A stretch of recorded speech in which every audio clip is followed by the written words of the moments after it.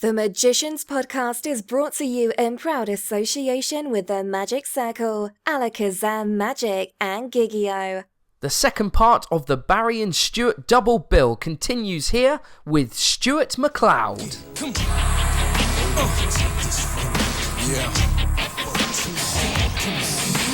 it's my life, my time, my rights, my rhymes, my grind, my struggle, hustle, sweat in my blood too. I'm ready to smell fear, I smell a lot. My competitors fled scared, cause they smelled I was hot. I want it all, excess, the sex, much success, stress us. I want it all, no less, so come on. Hello folks, welcome to the second half of the Barry and Stuart double bill here this week on the Magicians Podcast. I am your host, Richard Young. I would sincerely recommend that you listen to Barry's episode before you listen to Stuart's. I've wanted to avoid duplication in these two episodes, which has been very difficult because of course the guys have had identical careers for the last 14 years. So Barry's episode very much goes through their career in chronological order. In this episode, I am assuming you sort of already know their story, so we're able to jump around a little bit more and leave some things out because you've already heard them in Barry's episode.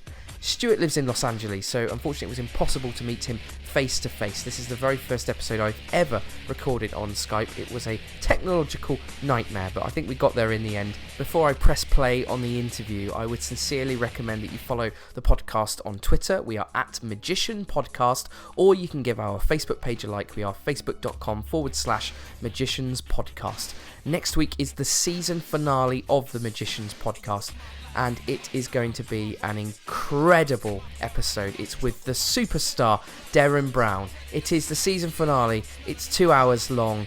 It is the best episode we have ever made, and it is also the end. Don't miss it. It will be here next Friday, the 9th of September. So it's time to get going. It is my great pleasure to introduce the other half of the incredible double act, Barry and Stuart. This is Stuart MacLeod. Thanks for doing this, Stuart. Lovely to talk to you. You too, and it's like, what, midnight with you? Or It's 1 a.m. The latest we ever did a podcast was with Laura London at her residency at the casino. I think that finished about 2:30 a.m, so you and I have to see if we can beat that today. First thing I want to say is when I met Barry in London, I bought him a gift. I bought him a Krispy Kreme donut. And it was the one with the jam in as well, so it was a special one. I've got to be honest, he was ungrateful, actually, and he left it behind. He didn't take it with him. Yeah, he is so health conscious. He's like on what is basically like a paleo kind of raw foods diet. I see. And I've never met a man, so I'm going to use the word picky. But he would not enjoy a donut. Well, obviously I did instead once he left, so don't worry about the donut. It wasn't wasted, but... Yeah. As a result, the one half of the double act was, ungrateful for a gift. I haven't got you a gift, mainly because it'd be a pain to get it to in Los Angeles. So I hope you'll forgive me and we can still have a great podcast chat anyway. Is that all right with you?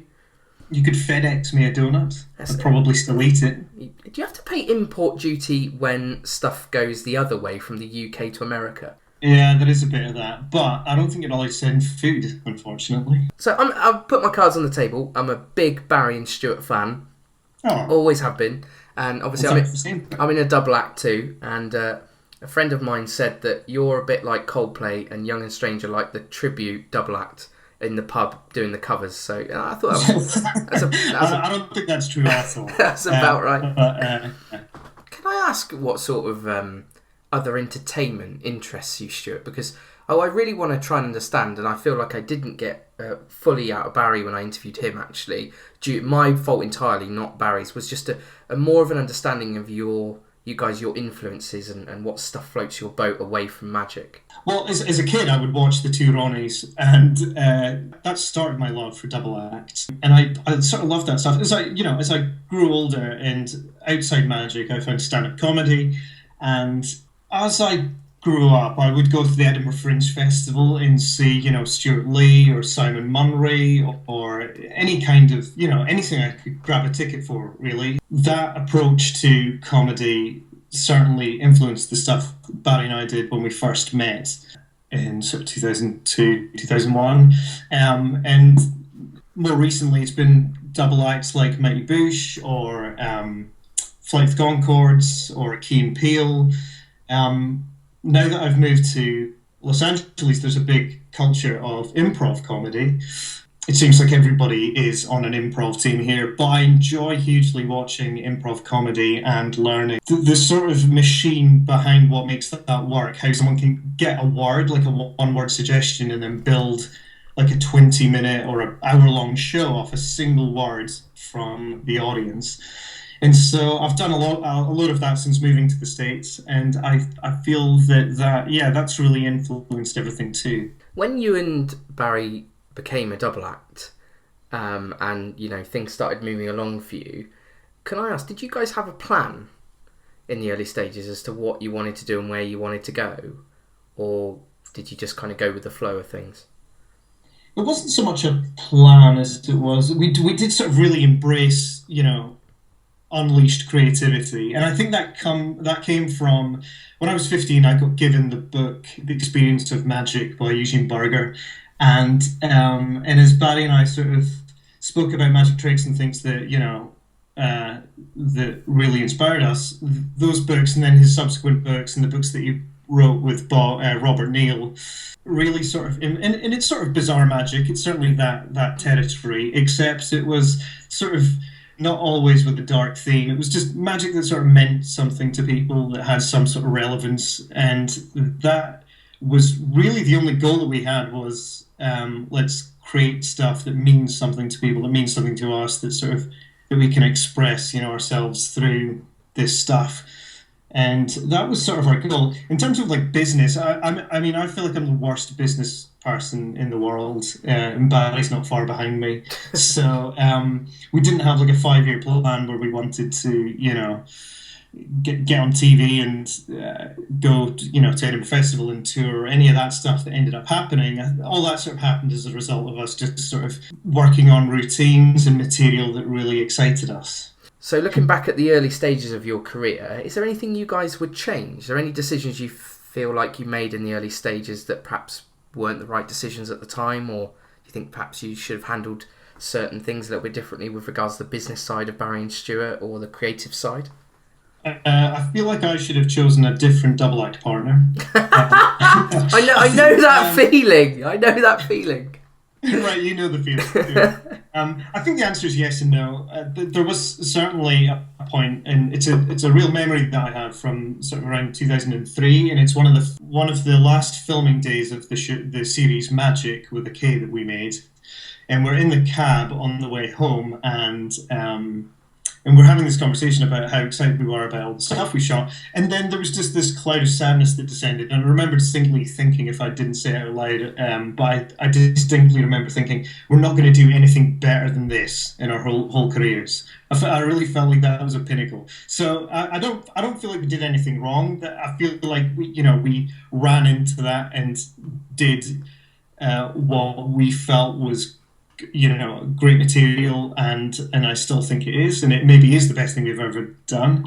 But and then on the other hand, you think, maybe we could have been more sort of commercial in our approach to things, and that might have resulted in sort of different kinds or greater levels of success. But I would not advise my younger self to be in any way more sort of commercial to chase any kind of success. So I don't know. It's a roundabout way of saying that I think we did everything sort of right for the kind of people that we are.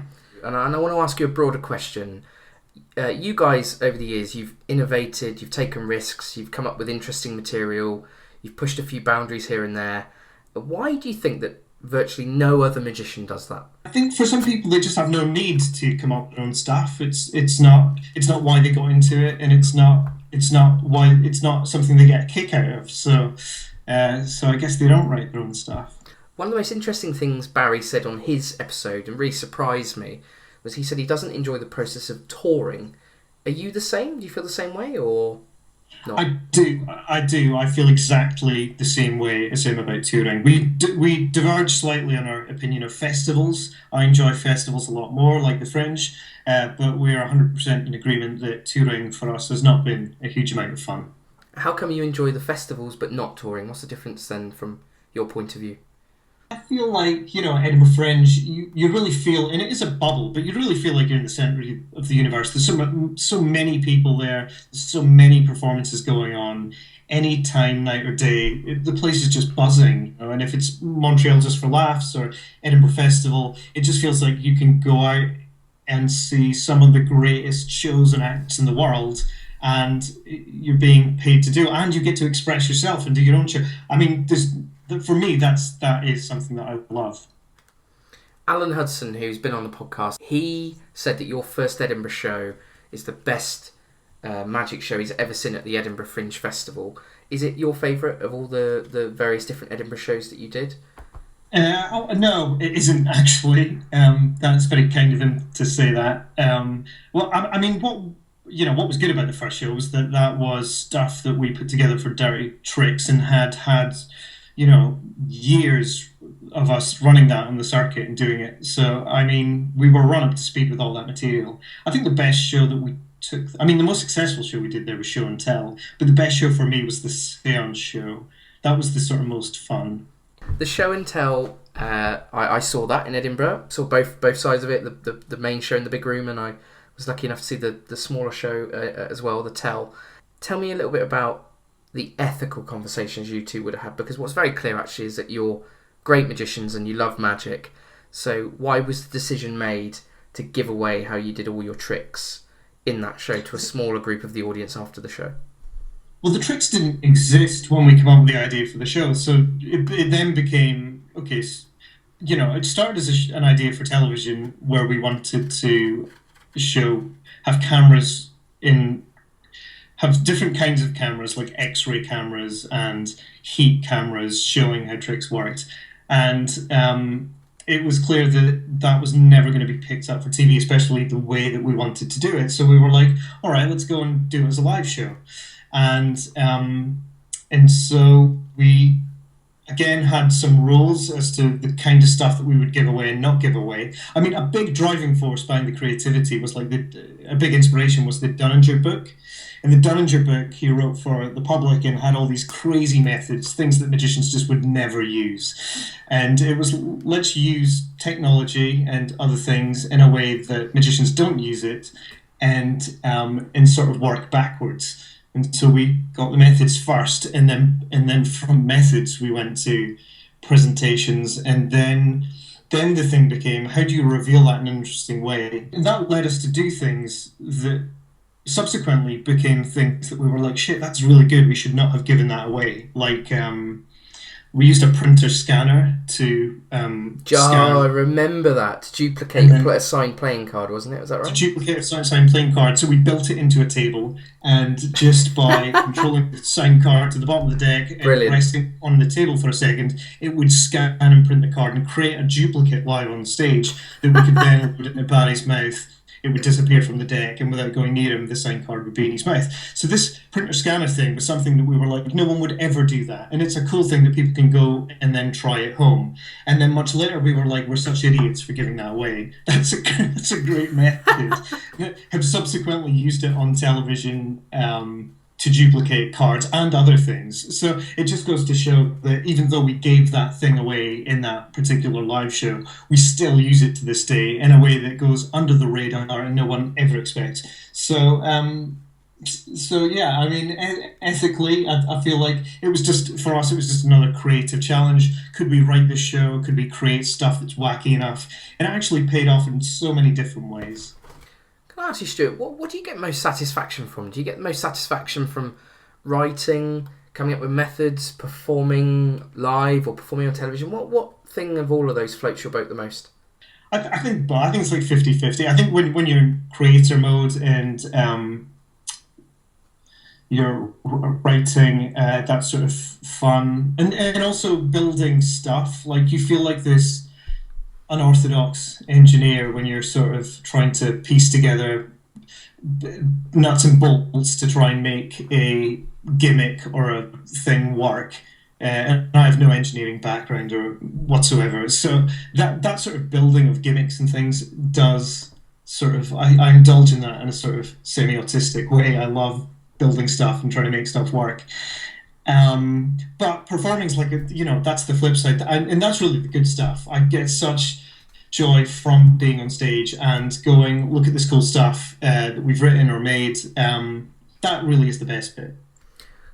May I talk about your relationship with Barry? Because double act relationship's always interesting, and you guys have been around a long time now, working together. What's been some of the secrets to the longevity of your relationship without you killing each other like a lot of double acts want to? I think that Barry and I are sort of we're creative brothers. We come from the same place creatively, and we will agree 90% on anything creatively, and then the fringes are the sort of little bits of spice that make something a particular Barry routine or a Stuart routine or line or whatever. So I think that's really been something good, and also we allow each other the creative freedom. I feel like there was a tide, there was a time when like Morecambe and Wise or the two Ronnies or whatever would form careers and stay together, and that would be their career, would be the double act. I mean, now when you look at double acts like Flight of the Conchords or Mighty Boosh, those actors or comedians have their own stuff that they have going on, and then they'll come back and then they'll tour Flight of the Conchords and then they'll go and act in a movie or whatever.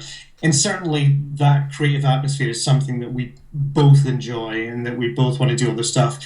And as Barry and Stuart, we want to, we're pulled back to that to create something that's bigger than the two of us, create something that we couldn't create individually. You mentioned 90% of the time you agree. Obviously that does mean 10% of the time you don't. How have you guys found it best to deal with disagreements?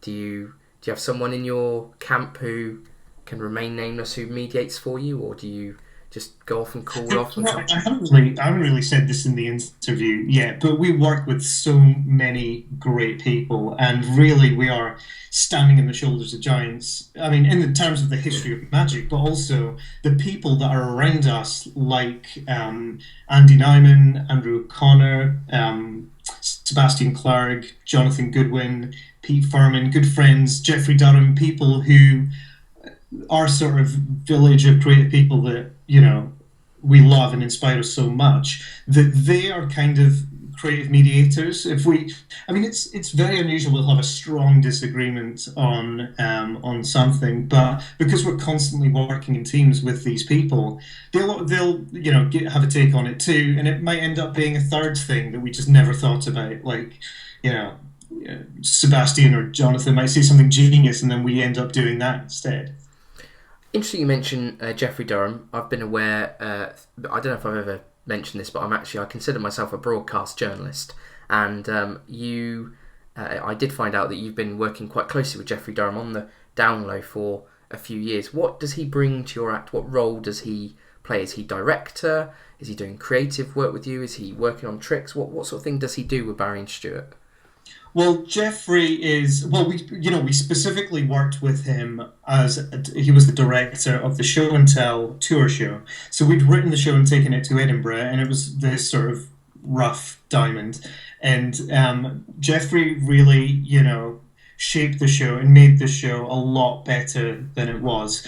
And his advice, Jeffrey's coming from a place of just this wealth of experience where he's just learned so much about performing magic on TV and live and touring his own show that he just knows more than anyone else about any of this stuff. How to stand on stage, everything from.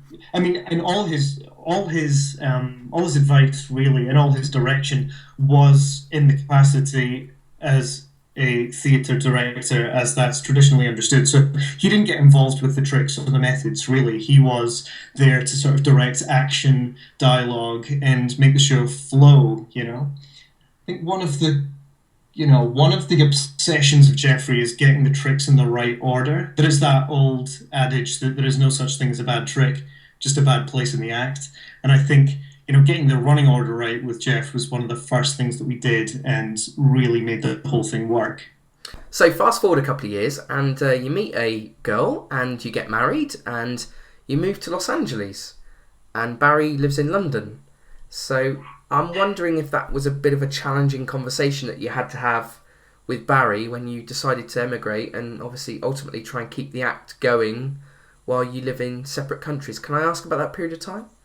Well, that is interesting, and it wasn't actually my sort of personal life that led to me moving to the States. It was that Barry and I were making some shows in the UK, and we were touring, and there was this interest from Los Angeles. We'd gone there in 2009, and we were asked to go back there in 2013, and we spent a couple of weeks in Los Angeles, sort of doing different meetings and doing different shows. We were asked to be part of the Magic Castle's awards ceremony, and we put the show in for off our own backs. We went and booked ourselves in the Largo Theatre, which is this great, amazing space that curate just the best live shows, and you should look it up online. It's just this amazing place that have great live performances, comedy, music every week, and had one of the best, if not the best, gig that we've ever had in our lives. It was just the most joyous show that, we just had such a fun time.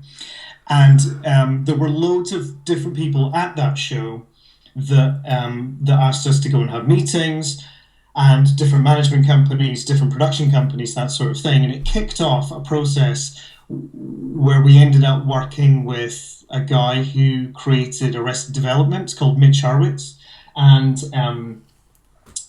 working with the production company of Troy Miller, who's the guy who made Flight of the Conchords and actually did David Blaine's Vertigo special. And so we got involved with these hugely creative, like giants of like TV, comedy in the States, and working with them on different TV ideas was just some of the most amazing creative experiences that we've had. So Barry and I came back and forth a bit, and I've been having a long-term, long-distance relationship for 2 or 3 years with Jenny, who's my wife, who's this amazing creative person, and she loves Barry Stuart, and would absolutely help us out, getting different meetings in LA and that sort of thing, and booking us at the Comedy Store and that sort of stuff. And so, a long story short is that we had this huge surge of interest early in 2013, which is around that time, but we still had a load of work in the UK, and we were making a TV show called The Happenings. And so we spent another year in the UK touring, doing corporate gigs, and the last 3 or 4 months of making The Happening show, we made the last 2 episodes in the States. So I stayed out there, and it was like at the start of 2014, I stayed in the States and started to, pick up where we left off with these amazing creative people. And I feel like moving here has only opened doors for Barry and I. I feel like we've subsequently done Montreal Just for Laughs over here, and a few other live things and TV shows, Masters of Illusion, some different spots and different TV programs.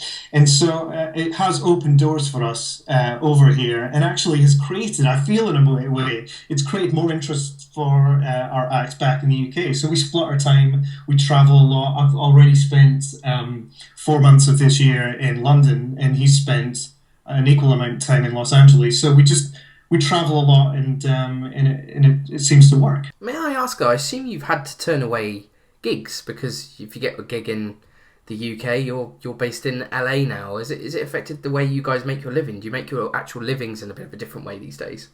I think having a career sort of diverse is the stuff that Barry and I do. Often, we'd be out of the loop for 9 months making a TV show, and we wouldn't be gigging or touring. I think we always had a sort of diverse range of sort of income streams. I feel like we aren't particularly a corporate magic act, but we would do corporate gigs now and again, and that would be great. We'd obviously do a load of television, that'd be great. We're still doing TV and, doing TV in the States, so that's the same. Now and again, we do corporate gigs, and I was in London a couple of months ago, and we did one there. So we'll still travel and split our time to do corporate shows. We'll still travel to make TV shows, and we sort of don't turn anything down, really. I mean, that's the honest truth. If we can do it, we will, and if we don't have the time or we can't do it, then we don't. So I don't think it doesn't affect us hugely. So coming up a little bit later this year on ITV1 is a big primetime magic show called The Next Great Magician. It's a search for the next great magician. Barry and Stuart are on the show. First of all, I'm just going to ask a direct question. Do you know who won this show? Because I've been trying to find out. I do know who won, but can you break the scoop? Can you break the scoop right now? Can you tell everybody who won the show? I can't, because I'm contractually obliged not to tell anyone. See, I'm just like everyone else in the show. Basically, I've had no scoops so far this series, Stuart, and that's for an investigative journalist, broadcast journalist, actually, if that's all right. Broadcast get that right. Yeah, and I've had no scoops this series at all, so that's the big one I've been after. No luck. You were my last hope there, so never mind. You guys are on the show, though. Can you tell us a little bit about what you do in your episode?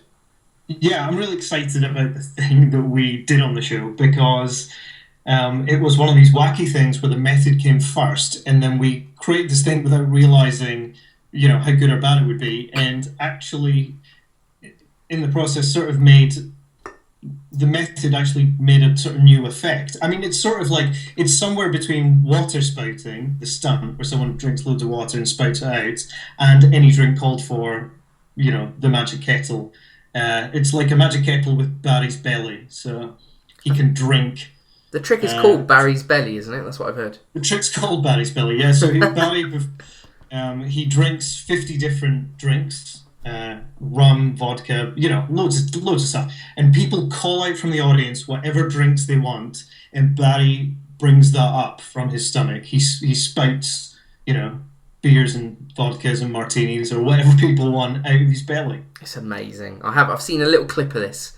He's amazing. I can't wait to see it properly. So, and so the method came first. Does that happen a lot with your magic, or was that just on this occasion, or? That's happened a lot since we did that show and tell show, because coming from a discipline of going, let's come up with a method that we can tell the lay public about, that magicians don't use, really put us down an avenue of like, how can we use little gadgets and bits and pieces and technology and things to achieve magic tricks. So that show really sort of sparked that side of the brain. So often we'll do that. We'll look at a design or a bottle or something that's got a weird engineering sort of fault or whatever, and go, that would be a really cool method for a trick, and everything grows from there. The Magicians Podcast brought to you in association with the Magic Circle, the world's premier magical society. Are you ready to join the world's most exclusive magic club? Visit themagiccircle.co.uk to find out more. I was speaking to my great friend Peter Nardi at Alakazam Magic a few days ago, and as we are nearing the end of the series of the Magicians Podcast, he has decided to offer you and all other listeners an incredible deal. There has never been a better time to place an order at alakazam.co.uk. For the month of September, all Magician Podcast listeners can save 10% on their order by using the code MPC10. That code again, MPC10. While you're over at Alakazam, check out their weekly review show, The Vlog, to find out all the latest news on the hottest magic releases, and you can take part in their weekly competition too. If you've never used Alakazam Magic before, here is all the information you will need. Whether you're new to magic or a seasoned professional, Alakazam Magic are here to help. Alakazam have been supplying magic to magicians for well over 20 years. Not only do we carry all the latest and greatest magic tricks, books and DVDs, but we also manufacture one of the finest ranges of magic tricks in the world. The Alakazam name is synonymous with great customer service, educated advice and honesty. So if you're shopping for new magic, make sure you check out our website www.alakazam.co.uk or pay a visit to our fully stocked shop. Gigi-O, free for 30 days. Be a pro, get Gigi-O. Yes. Gigi-O, my friends, is a web-based software designed for professional and semi-professional entertainers anywhere in the world. Visit this website right now, getgigio.com. It will save you hours in your office every single week. It generates PDF contracts and invoices. It tracks your payments. It updates the diary on your phone automatically. It has a venue lookup feature, and it's integrated with PayPal. All the top professionals are using it, and if you visit the website right now, getgigio.com. You can take a free 30-day trial. You won't regret it. It will save you hours in the office every single week, and your clients will appreciate how efficient your booking system is when they want to book you. That website again, getgigio.com.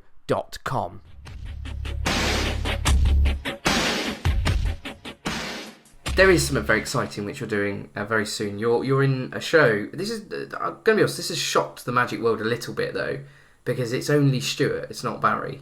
You're in a show in Vegas called Band of Magicians, which is opening in November, I think, isn't it? At the Tropicana, is that right? That's right. It's a super group of magicians. And for a few months I'll be at the Tropicana in that show. So I'm really excited about that. How has that come about? That came about through a friendship with James Galea, who's the magician who has put this show together and has in fact sort of toured it in 3 different versions of the show in Australia and New Zealand. Right, okay. And may I ask why it's just Stuart and not Barry and Stuart? Is there a reason?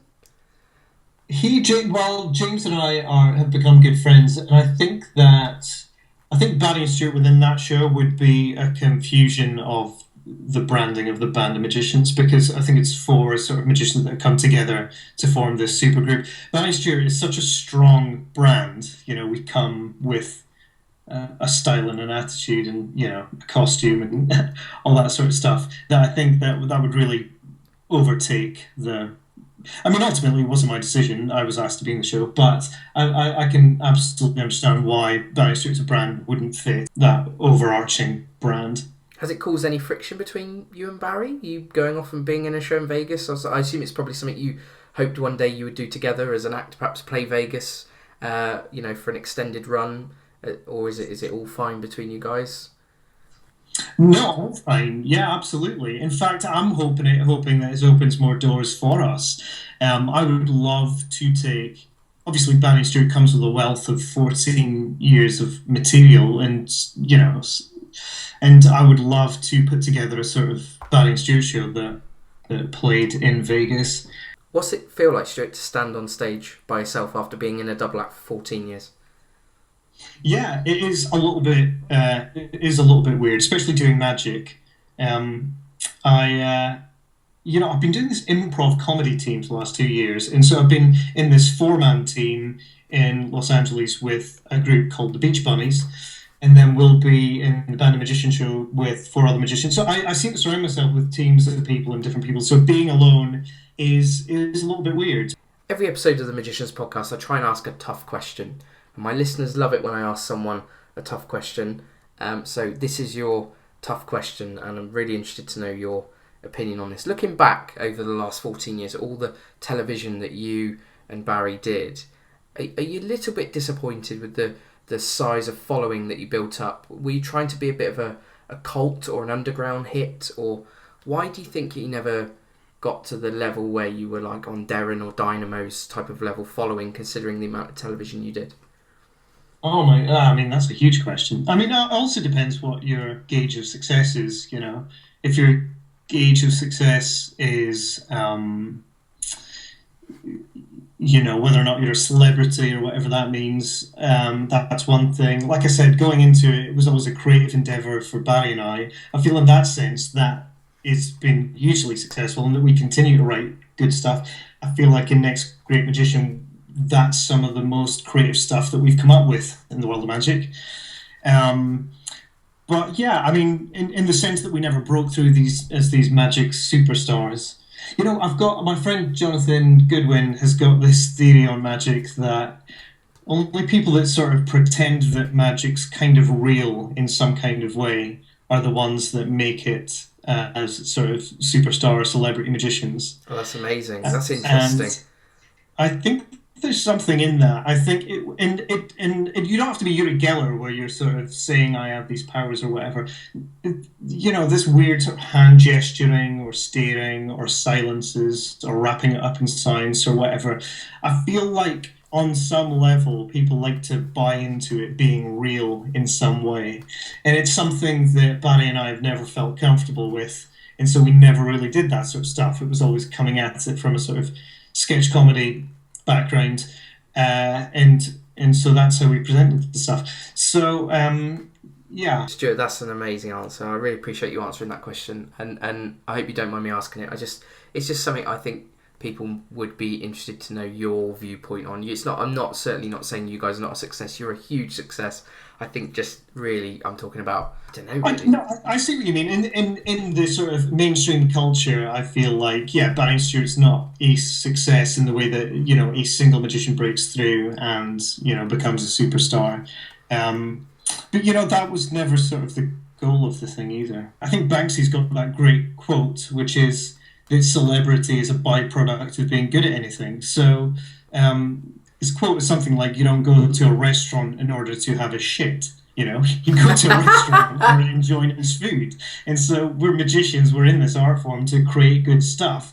And if as a byproduct, we happen to get famous or successful, then that's great. But it was never our goal, never our intention. Brilliant answer. Thanks for that. I heard you once say in another interview that after you made the Magic series for Channel 4 in 2003, it was called Magic with a K, that after the filming you were in a cab with Barry and you said to him, "We will never make a better show than this one in our entire careers." And you believed you'd peaked at that point in 2003. Why did you say that? Certainly the freedom that we were given, because the two big shows that Channel 4 had at that time was that David Blaine was spending a month in the box as sort of his special, Above the Below, and Denon was going to be playing Russian roulette.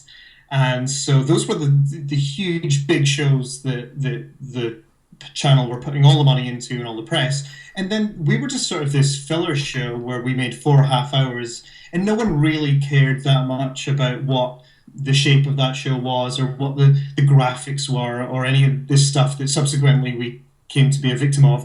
We just sort of got given the money and along with, everyone at Objective sort of made the show that really felt like just came out of our heads and straight onto the screen. So that freedom certainly was something that I, at the time in the cab on that ride, felt like something special. Even then, I knew it was something that isn't always given to people. It's a real opportunity. I do. I actually agree. I think Magic is the best thing you've ever done, and it's still available. Actually, if people have not seen it before, you can find it on 4OD. Some of the episodes of it, and there's bits and pieces of it on YouTube as well. I've got to ask about the writing process for it. How many was it? When the show got commissioned, you wrote it, or was it or did you bring together a lot of material you've been working on in previous years and brought it to the TV show? Can you talk about the writing process of Magic and those specials? It was a huge, long process. I mean, I don't know if Barry went into the story, but it's quite interesting that he came back from London. He was at university and he came back to Aberdeen for the summer, and I was living in Aberdeen, and I had just graduated from university, and so I was sort of looking for a full-time job for a career and was doing these interviews to try and set up the rest of my life. And Barry was like, "Well, I'm going to go back to university after the summer, so let's do something." So his dad had a video camera, and I just got a computer that had video editing capabilities, and we went out in the street and did what was our sort of, what started as a sort of street magic thing. We would go out at night and do some street magic, and then we started filming sketches to go around it, and we edited this 10-minute video that was for no purpose whatsoever other than an exercise in learning how to edit video and put together a little package. And we scored the music and we cut the thing, and so we had this, and there was no YouTube at the time, so we would hand out these, and you couldn't even burn a DVD on a home computer, so we had these VCDs that we were handing out to our friends. And it was like that week, and it's the weirdest coincidence that's really changed the course of my life. There was a advert on Magic Week, Duncan Trillo's site, for what seemed to be an exact description of Barry and I. It was like looking for two guys to make a dark show that's going to be on Channel 4. It's the makers of Dead and Brown, and we want you to send us like a 10-minute video. And we just made this. And so all we had to do was send it in the mail, and we sent it off to Andrew Connor. and Anthony Owen, and like immediately they called us up and said, "Can you make another 10-minute video of the same thing?" So we scrambled, and we're filming this around our sort of part-time jobs, and scrambled to make a second video that we sent to them, and they were like, "Yeah, let's go ahead and make a pilot for this thing." And so this whole process up until the commissioning of the show and then the writing of the show took about a year. But 6 months after that summer, we made a 10-minute version of the stuff that we'd already shot, but it was shot better. And then it took what seemed forever for the Channel 4 to say that they wanted this thing. I think it was but in reality it was like 3 or 4 months. All through that time, Andrew O'Connor had us writing material for the show. So I think it was each Friday, we would send him this email with like an 8-page document that was like, well, here's another 20 routines that could be in the show. So we were just pumping out this volume of stuff. So when it came time to, yes, the show's green lit and we're going to go and make it, we just had this wealth of material that we could pick from. That's sort of the genesis behind the sort of material content for our first thing. Obviously, once it all gets picked up and things start moving, you start working with this incredible team of people, many of which have made Derren Brown a huge star, and he was, like I said, he was doing Russian roulette at the time. That was the thing which really launched his career. I'm interested to know your first impressions of Andrew O'Connor, Michael Vine, that duo. We've had them both here on the podcast. Do you remember your first meetings with them? I remember my first impression of Andrew O'Connor. The man's like a whirlwind. He's so sharp and smart that he talks so quick. And if you ask him a question, he'll come back concisely with like an exact answer, which is the opposite of me. So I find him really, full on and sort of abrasive at the start. And Michael Vine, the first time I met him, I think he was dressed super casual. He's always in a suit now, but he was in this flannel shirt with these really baggy denim jeans. And that was the first time I met him. And I think he said, "I'm going to be your manager." And he sort of looked like a homeless man. So I was a little concerned, to be honest. So you made 2 specials, The Magic of Jesus and also Tricks from the Bible in 2005, 2006. Well, they look like great fun to make, but were you a little bit worried about some of the controversy which they might cause? Not at all about the controversy. No. It's a delicate thing, isn't it? Mixing religion and primetime television.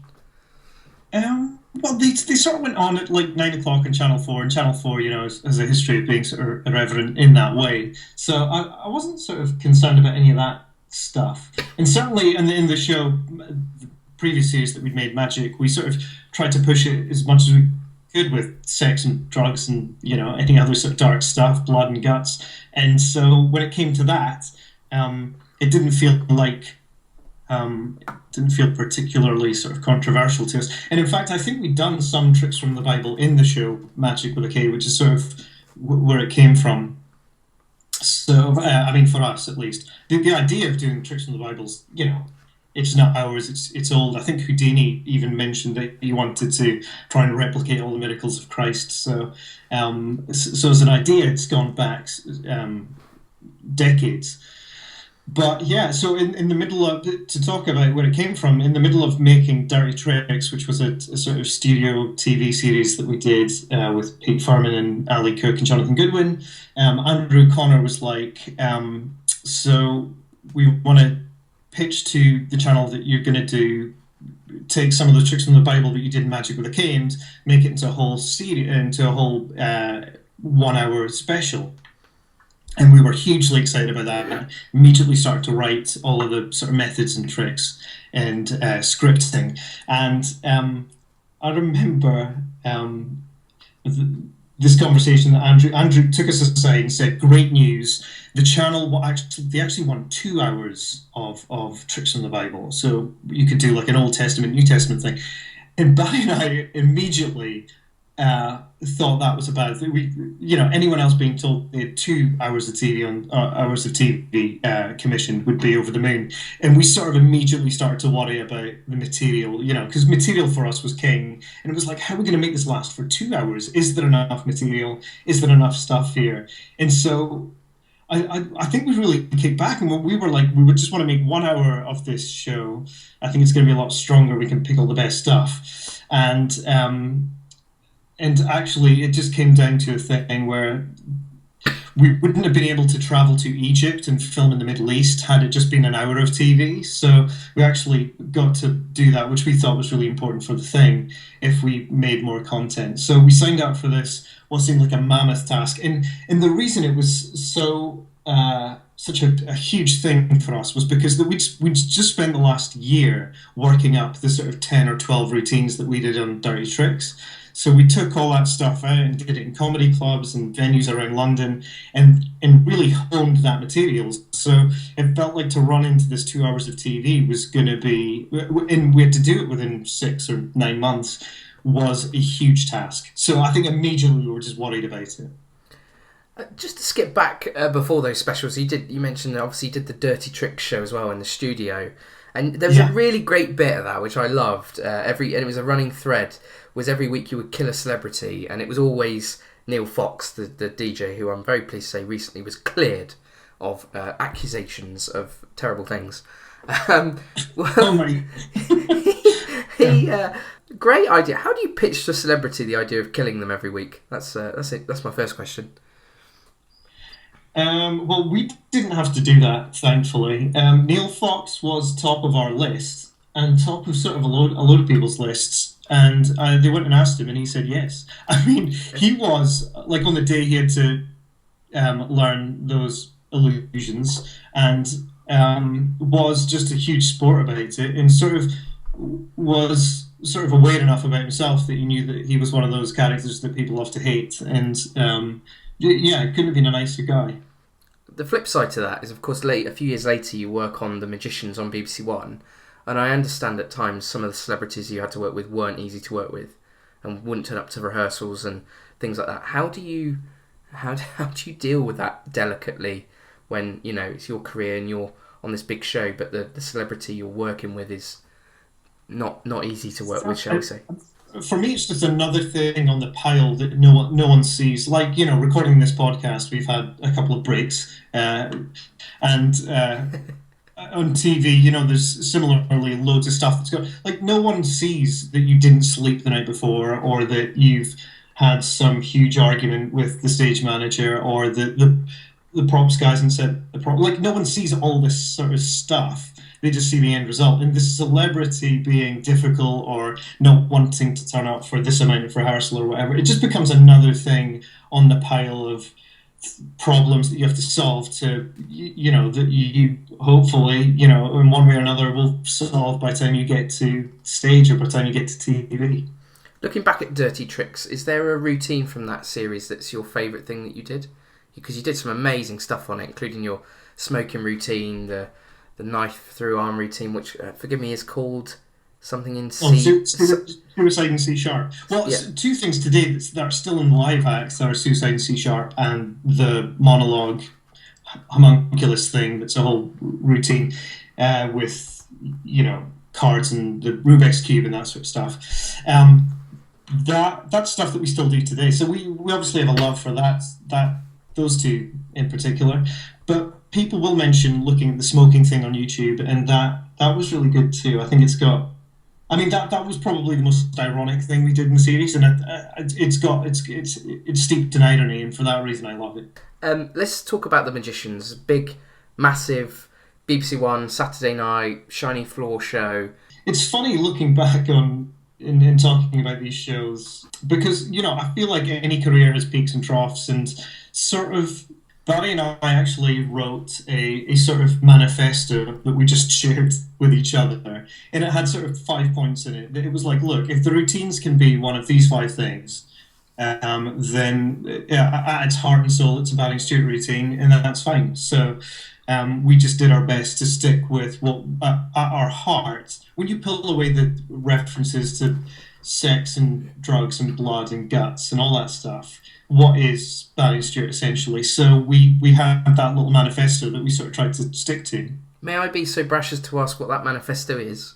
What you consider a Barry and Stuart routine? I don't remember it entirely now, but the 5 points were something like it had to be like really funny, really make us laugh. It had to be gory in some way that didn't involve huge amounts of razor blades or knives or blood. Gory maybe in the sense that it used insects or was disgusting in some sort of way. Anything that was technological, so anything that, because we're huge tech geeks at heart, so if it involved some piece of online, some reference to online or any kind of circuit boards or circuit bending or anything in the world of like weird science and tech, that was another one of the points. And then the other one that I really remember was that it involved some glimpse behind the curtain of letting you see how the trick worked. So, and that really came from our sort of show and tell idea, which started as a TV show. But anyway, any kind of pulling the audience in by revealing the trick, and maybe it's a sucker trick or maybe it's not. But that was certainly one of the other things on the manifesto. All right, let's have some fun. Let's do word association. I'm going to throw some names at you. You just give me your immediate responses. Neil Fox. Okay. Neil Fox. Radio DJ. I'm sorry, that should have... I didn't ask for his occupation. Okay, stab out his eyes and pull out his heart. Brilliant. Pete Furman. Hilarious. Andrew O'Connor. Super sharp, genius type. Jonathan. Also kind of scary. Jonathan Goodwin. Oh, genius. Jonathan, I'd say secret magician. Jonathan has come from a background of being a magician, and he's one of the best, most creative and genius magicians I know. And he doesn't even use that now. He's a stunt, daredevil, and that's what his occupation is. But as a magician, it's crazy. He's just so inventive and so brilliant at doing what he does that he's almost my secret creative weapon to go to if I'm stuck with a routine or whatever. Jonathan is just got such a great magic brain, and no one really knows that. Debbie Young. Oh, beautiful person. I mean, just the nicest, good-natured soul. Just, yeah, I love her. Steve Wyrick. Gift shop.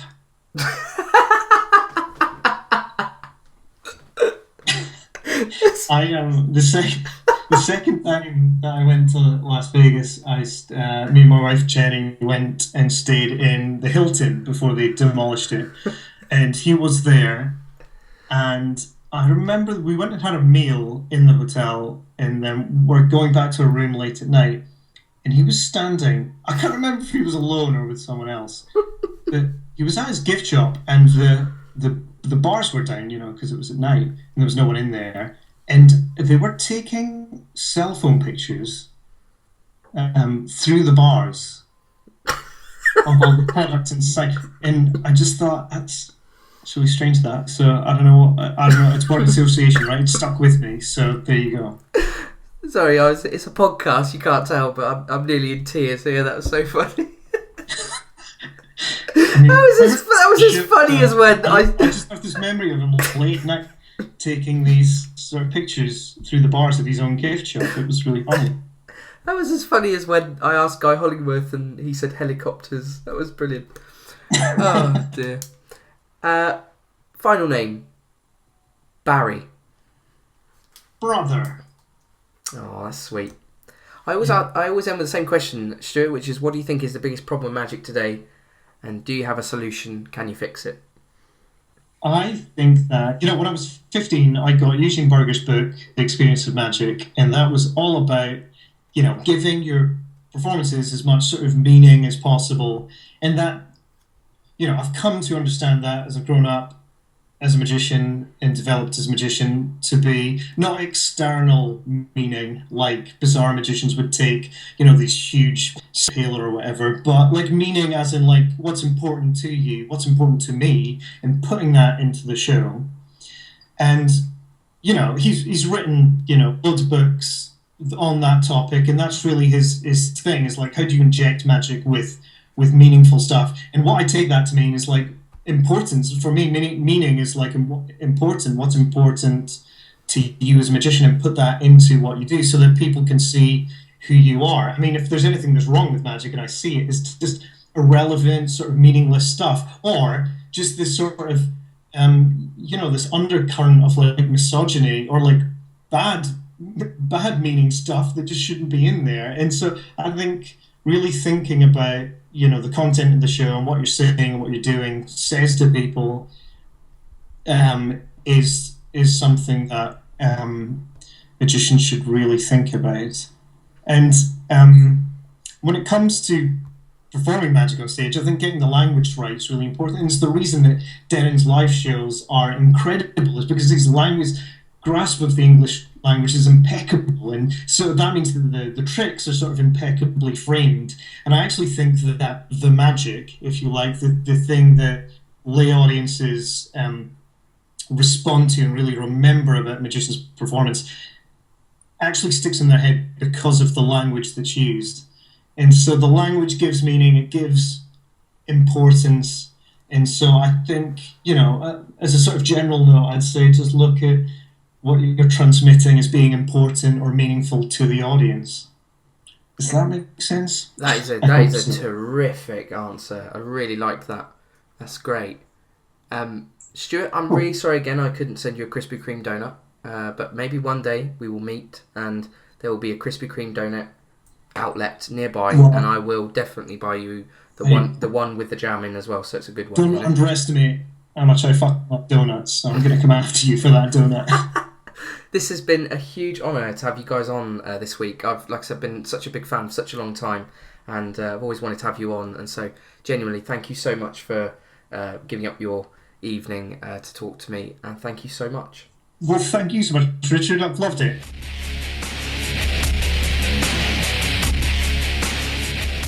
I absolutely love Barry and Stuart. What an enormous honour to have them on the Magicians podcast this week. I've been such a big fan of their work for so long. I've wanted them on this podcast since the beginning, and to finally have them both on this week at the same time, talking individually about their experiences, has just been amazing. I hope you enjoyed it as much as I did. Go and spend some time now. Go to YouTube. Go and watch some of their incredible work. They are two incredible magicians. We are so lucky to have them in our industry. So now let's talk about where this journey ends. Next Friday, the 9th of September, is the season finale of the Magicians podcast. My guest is the superstar Darren Brown.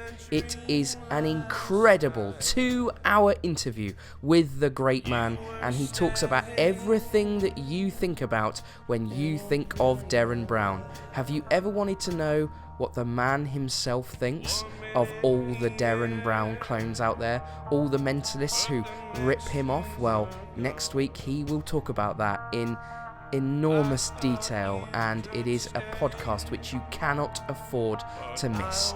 It's the season finale of the Magicians podcast. It's 2 hours long. It's the greatest episode we have ever made, and it is also the end. Next Friday, the 9th of September, the season finale of the Magicians podcast with Darren Brown. I will see you then. Have a great week. Bye-bye.